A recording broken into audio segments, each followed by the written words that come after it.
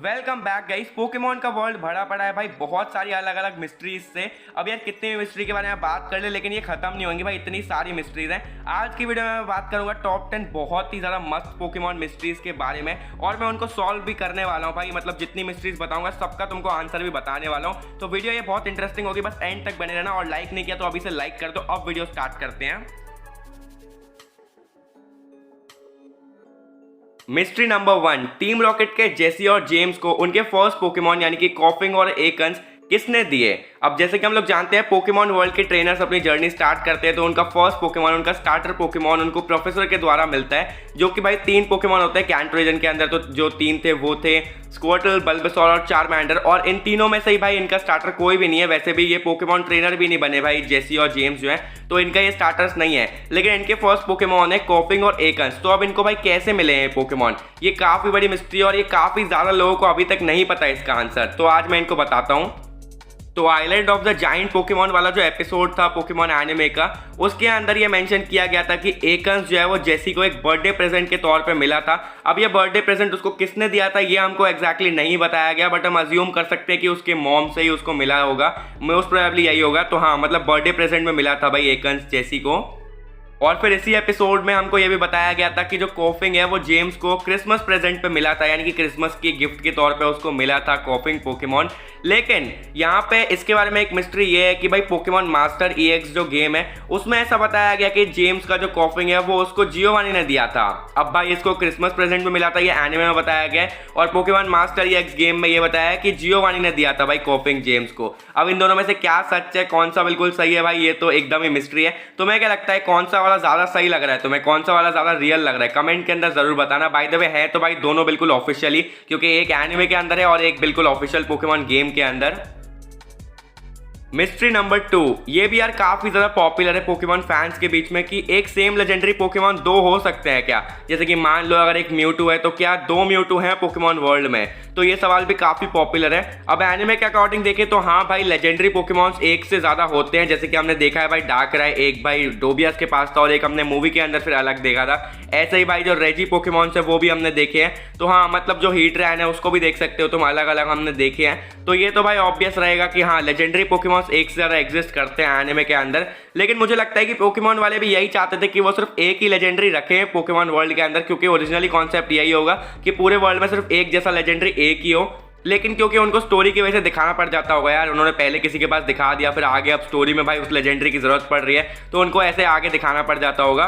तो यही मेन वजह होगी, वरना मेरे को ऐसा लगता है कि शुरू से उन्होंने सोचा तो यही होगा कि भाई एक ही लेजेंडरी रखेंगे पूरे पोकेमॉन वर्ल्ड में। क्योंकि लेजेंडरी पोकेमॉन यार होते ही ऐसे भाई, इतने रेयर होते हैं तो उनको ऐसे बहुत ज़्यादा दिखाना भी सही नहीं है। तो हाँ अगर इसका आंसर देखें तो सीधी सीधी बात एनिमे के अकॉर्डिंग हाँ भाई सेम लेजेंडरी 2 भी होते हैं। मिस्ट्री नंबर 3, गो इतनी आसानी से कैसे पोकेमॉन्स को कैच कर लेता है। ये यार काफी ज्यादा पॉपुलर है पोकेमॉन फैंस के बीच में कि यार गो की पोकेबॉल तो बिल्कुल नॉर्मल वाली है जैसे बाकी सबके पास भी होती है, लेकिन फिर बाकी सबको बैटल करना पड़ता है पकड़ने के लिए। लेकिन गो को भाई कैसे नहीं करना पड़ता है, वो तो बस पोकेबॉल फेंकता है और पकड़ लेता है। तो इस सवाल का ना एक काफी सिंपल सा जवाब है। गो को ना बेसिकली जो पोकेमॉन गो गेम है उसके ऊपर बेस करके रखा गया है, उसके ऊपर बेस करके कैरेक्टर बनाया है। तो पोकेमॉन गो में ना लड़ना वड़ना नहीं पड़ता भाई, सीधा ऐसे पोकेबॉल फेंकते हैं। तो वैसे ही भाई इसमें करता है भाई गो, सीधा पोकेबॉल फेंकता है, वो लड़ता वड़ता नहीं है ज्यादा। और उसका कैचिंग स्टाइल भी देखोगे ना तो बिल्कुल वैसा ही है भाई पोकेमॉन गो टाइप का। तो बेसिकली यही है कि उसको मतलब पोकेमॉन गो पे बेस करके बनाया है और उसका नाम भी तुम देखोगे तो गो ऐसी वैसे रखा गया है। और इसी वजह से वो बैटल वगैरह नहीं करवाते भाई, उससे सीधा पकड़वा देते हैं पोकेमॉन। और वैसे भी गो का क्योंकि सपना है सारे पोकेमॉन्स को कैच करने का, और भाई अब एक एक पोकेमॉन पे पोकेमॉन वाले इतना मतलब जोर डालेंगे भाई, एक एक पोकेमॉन को पकड़ते हुए उसको इतना ज्यादा दिखाएंगे, डिटेल देंगे। तो भाई समझ सकते हो एपिसोड कितने बड़े बनाने पड़ जाएंगे उनको सारे पोकेमॉन दिखाने के लिए। तो इसीलिए वो लोग ज्यादा झंझट नहीं करते और सीधा भाई उसको पकड़वा देते हैं एक एक सेकंड में। मिस्ट्री नंबर 4, ये भी यार काफी लोगों के दिमाग में आता है। मतलब काफी लोग ऐसा पूछते हैं कि यार मतलब ट्रेनर्स को पता कैसे चलता है कि उनके कौन से पोकेबॉल में कौन सा पोकेमॉन है। मतलब वो अपने भाई ऐसे रैंडमली पोकेबॉल निकालते हैं कि अब इसको भेज रहे हैं, लेकिन उनको पता कैसे चलता है कि उस पोकेबॉल के अंदर कौन सा पोकेमॉन है। अब यार देखो, अगर तुमने पोकेमॉन एडवेंचर्स रेड मांगा वाली देखी है ना, तो उसके अंदर तो पोकेबॉल जो है ना वो ट्रांसल्यूसेंट होती है, यानी कि उसके अंदर बाहर दिखाई देता है। तो उसका आंसर तो इजीली है, मांगा के अंदर तो वो लोग अंदर से ही देख लेते हैं भाई कि कौन सा पोकेमॉन है, फिर फेंकते हैं।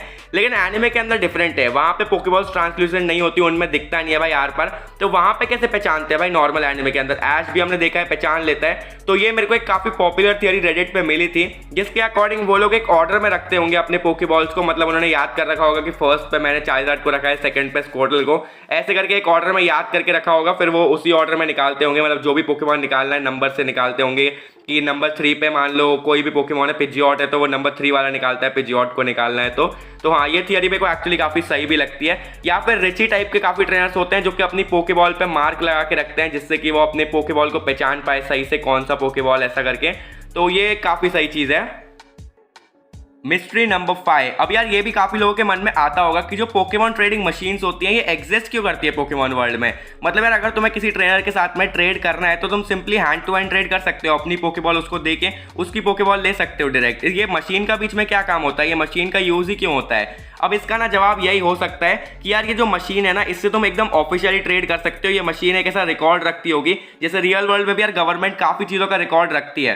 तो वैसे यार मतलब तुम्हें किसी के साथ ट्रेड करना है तो तुम इस मशीन से करते हो, तो वो एक ऑफिशियल रिकॉर्ड रहता है। वरना मे भी ऐसा हो सकता है कि तुम ऐसे डायरेक्ट किसी को पोकेबॉल दे रहे हो और डायरेक्ट किसी की पोकेबॉल ले रहे हो, ऐसा करके ये इलीगल भी हो सकता है पोकेमॉन वर्ल्ड में। मतलब मैं सिर्फ ऐसा बता रहा हूँ भाई, ऐसा कुछ कंफर्म नहीं है। तो मेरे को तो यही लगता है कि ये जो मशीन है ये ऑफिशियल एक रिकॉर्ड रखती होगी कि हाँ भाई इस बंदे ने इसके साथ ट्रेड किया ऐसा करके, जो कि पोकेमॉन की गवर्नमेंट के पास जाता होगा। तो मेरे को तो यही लगता है। Mystery number 6। जैसे कि हम लोग जानते हैं कि रियल वर्ल्ड में हर कंट्री की कुछ ना कुछ पॉपुलेशन होती है, उसमें कितने ज़्यादा लोग रहते हैं। जैसे कि चाइना की सबसे हाईएस्ट पॉपुलेशन है, वैसे यार जो पोकेमॉन वर्ल्ड है इसके अंदर कभी तुमने सोचा है कि कौन से रीजन की पॉपुलेशन सबसे ज़्यादा होगी, कौन से रीजन में सबसे ज़्यादा लोग रहते होंगे, किसमें सबसे कम लोग रहते होंगे? तो अगर तुमने कभी सोचा है तो इसका आंसर मैं तुम्हें बताता हूँ। जो कालोस रीजन है इसकी पॉपुलेशन भाई सबसे ज़्यादा बताई जाती है पोकेमॉन वर्ल्ड के अंदर, और सबसे कम जिस रीजन की पॉपुलेशन है वो है कैंटो रीजन। हाँ भाई, जो ऐश का रीजन है उसी की पॉपुलेशन सबसे ज़्यादा कम है। Mystery number 7। पोकेमॉन वर्ल्ड के अंदर सिर्फ 2 ही पोकेमॉन्स को डबल मेगा एवोल्यूशन क्यों दिए गए हैं? यानी कि मैं बात कर रहा हूँ यहाँ पे चार्जर्ड और म्यूटू के बारे में। सिर्फ इन्हीं दोनों को क्यों डबल मेगा एवोल्यूशन मिले हैं? तो देखो इसका जवाब ना मेरे अकॉर्डिंग तो इनकी पॉपुलैरिटी है। कैंटो के भाई ये दोनों सबसे ज्यादा पॉपुलर पोकेमॉन है। और हाँ, मैं यहाँ पे पिकाचू को भूला नहीं हूँ, लेकिन पिकाचू मेगा एवॉल्व हो ही नहीं सकता, क्योंकि मेगा एवॉल्व सिर्फ 3rd स्टेज वाले पोकेमॉन होते हैं, और पिकाचू का 3rd स्टेज और राइचू है वो उतना कुछ खास पॉपुलर है नहीं। वरना अगर पिकाचू की बात होती है, जैसे कि मतलब ऐसा होता कि भाई सिर्फ 3rd स्टेज वाले मेगा एवॉल्व नहीं होते, तब भाई डेफिनेटली बोल रहा हूँ पिकाचू को मेगा एवोल्यूशन मिलता है। जैसे कि अभी उसको डायनामैक्स जाइगेंटामैक्स दिया है, क्योंकि भाई उसके लिए फाइनल एवोल्यूशन की जरूरत नहीं पड़ती, इसीलिए उसको दे दिया। ऐसे ही इसको मेगा एवोल्यूशन दे दिया जाता पिकाचू को अगर भाई ये 3rd स्टेज मतलब एवोल्यूशन होता, या फिर मेगा एवोल्यूशन में 3rd स्टेज की जरूरत पड़ती नहीं, ऐसा कुछ होता तो पिकाचू को जरूर मिलती। तो हाँ, डेफिनेटली कैंटो के दोनों इतने ज्यादा पॉपुलर पोकेमॉन है, तो इनकी पॉपुलैरिटी वो वजह है कि भाई इनको डबल मेगा एवोल्यूशन दिए गए हैं। Mystery number 8। क्या ऐश या फिर कोई भी जो पोकेमॉन ट्रेनर है वो टॉयलेट यूज करता है? अब यार ये सवाल हम सबके ही मन में जरूर आया होगा कि पोकेमॉन वर्ल्ड में यार कोई भी ट्रेनर टॉयलेट वगैरह यूज करता है क्या? इवन तुम किसी के घर में देखोगे तो भाई तुमको दिखाई भी नहीं देगा। बट हाँ, ये तो मैं बता सकता हूँ कि हाँ भाई बाथरूम एग्जिस्ट करते हैं पोकेमॉन वर्ल्ड के अंदर। हमने Pokemon XY, Pokemon Sun and Moon ये गेम के अंदर भी देखे थे बाथरूम। तो हाँ, बाथरूम एग्जिस्ट करते हैं, लेकिन बस यही है कि भाई एनिमे के अंदर थोड़ा सा मेंशन तक नहीं किया जाता भाई गलती से भी। इवन बाकी सब एनिमे में तुम देखोगे तो भाई शिनचैन वगैरह के अंदर मेंशन कर दिया जाता है, डोरेमोन के अंदर भी। लेकिन हाँ, पोकेमॉन में भाई वो लोग मेंशन तक नहीं करते भाई, सोच सकते हो वो लोग एक शब्द भी नहीं बोलते भाई टॉयलेट के बारे में कुछ भी। भाई ऐश ऐसा कभी बोलता है क्या? तुमने कभी सुना है? तो हाँ, इसका जवाब तो यही रहेगा कि यार बाथरूम्स एग्जिस्ट करते हैं पोकेमॉन वर्ल्ड में, लेकिन भाई ऐश को हमको कभी जाते हुए दिखाया नहीं जाता, या फिर मतलब ऐसे मेंशन तक नहीं किया जाता उसके बारे में थोड़ा भी। देखो पोकेमॉन को एक बार के लिए समझ में आता है कि पोकेमॉन को टॉयलेट क्यों नहीं जाने देते, उसका एक बार समझ में आएगा भाई, थोड़ा वियर्ड ही हो जाएगा। मान लो कभी पोकेमॉन लीग चल रही है, उसमें बीच बैटल में भाई ऐसे पोकेमॉन किसी को बाथरूम ब्रेक थोड़ी जाने देंगे, तो उनका तो थोड़ा समझ में आता भी है। लेकिन ट्रेनर्स को पता नहीं भाई क्यों पोकेमॉन वालों ने ऐसा किया है कि उनको कभी टॉयलेट नहीं जाने देते। अब जो भी हो भाई यही है, मतलब बाथरूम्स एग्जिस्ट करते हैं ये है, लेकिन जाने का भी नहीं देते भाई उनको, या फिर मेंशन भी नहीं करते।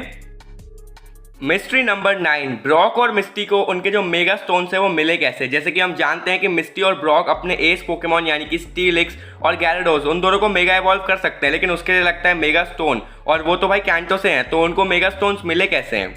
अब एक थियरी के अकॉर्डिंग हो सकता है कि मिस्टी और ब्रॉक को ये मेगा स्टोन प्रोफेसर ओक से मिले हों। जैसे कि हम जानते हैं भाई मेगा स्टोन वाला जो कॉन्सेप्ट है ये सब भाई कार्लोस के अंदर इंट्रोड्यूस करवाया गया था, और जैसे कि हम जानते हैं प्रोफेसर सिकमोर जो है वो इन सब पे रिसर्च ही कर रहे थे। तो जब इन सब पे एकदम परफेक्ट रिसर्च हो गई हो तब हो सकता है कि उन्होंने ऐसे बाकी सारे रीजन के प्रोफेसर्स को भी दे दिए हो ये स्टोन, अपने रीजन के जो जिम लीडर्स होते हैं उनको देने के लिए, या फिर ऐसा कुछ हो सकता है थोड़े बहुत ऐसे दे दिए हो 2-3 स्टोन सारे प्रोफेसर्स को। तो हो सकता है कि प्रोफेसर ओक ने दिए हों भाई ये मिस्टी और ब्रॉक को, क्योंकि वो मिस्टी और ब्रॉक दोनों को ही काफ़ी अच्छे से जानते हैं। तो हो सकता है उनको दे दिए हो, या फिर उन्होंने सारे कैंटो के जिम लीडर को दिए हो। तो मेरे अकॉर्डिंग तो ऐसा कुछ हो सकता है। मिस्ट्री नंबर 10, क्या हम लोग कुछ पोकेमॉन के जो खाने वाले आइटम्स होते हैं उनको खा सकते हैं? जैसे कि एग्जांपल के लिए यहाँ पे पोल्टिगेस पोकेमॉन है। अब यार इसके अंदर चाय होती है, ये चाय की केटली है, तो क्या हम लोग इसकी चाय पी सकते हैं? तो इसका आंसर है ना भाई, इसकी चाय बहुत बेकार होती है, तो ये ऐसे नहीं पीनी चाहिए। लेकिन कुछ ऐसे पोकेमॉन होते हैं जैसे कि ट्रोपियस, इसके भाई तुम देख सकते हो बनाना लटके रहते हैं भाई, इसके केले लटके रहते हैं गले के यहाँ पे, तो ये केले एक्चुअली तुम खा सकते हो। और इसकी पोकेडेक्स एंट्री में ऐसा बताया गया है कि यार इसके जो बच्चे रहते हैं, मतलब इसके बच्चे नहीं भाई, इंसान के जो बच्चे रहते हैं उनको इसके केले खाना काफ़ी ज़्यादा पसंद होता है, उनको काफ़ी टेस्टी लगते हैं। तो मतलब ऐसा कुछ होता है भाई, कुछ पोकेमॉन के जो खाने वाले आइटम्स है वो तुम खा सकते हो, कुछ के नहीं खा सकते, बट हाँ खा सकते हो काफ़ी सारे के। अगर तुम लोग को वीडियो पसंद आई है तो एक लाइक कर देना, एम करते हैं 7000 लाइक के लिए। चैनल पे अगर नए हो सब्सक्राइब नहीं किया सब्सक्राइब करो और बेल आइकन जरूर दबा देना, जैसे ही तुमको नई वीडियो आए नोटिफिकेशन मिल जाए। मिलोगे तुमसे ऐसे किसी और नई वीडियो के साथ, तब तक के लिए बाय बाय।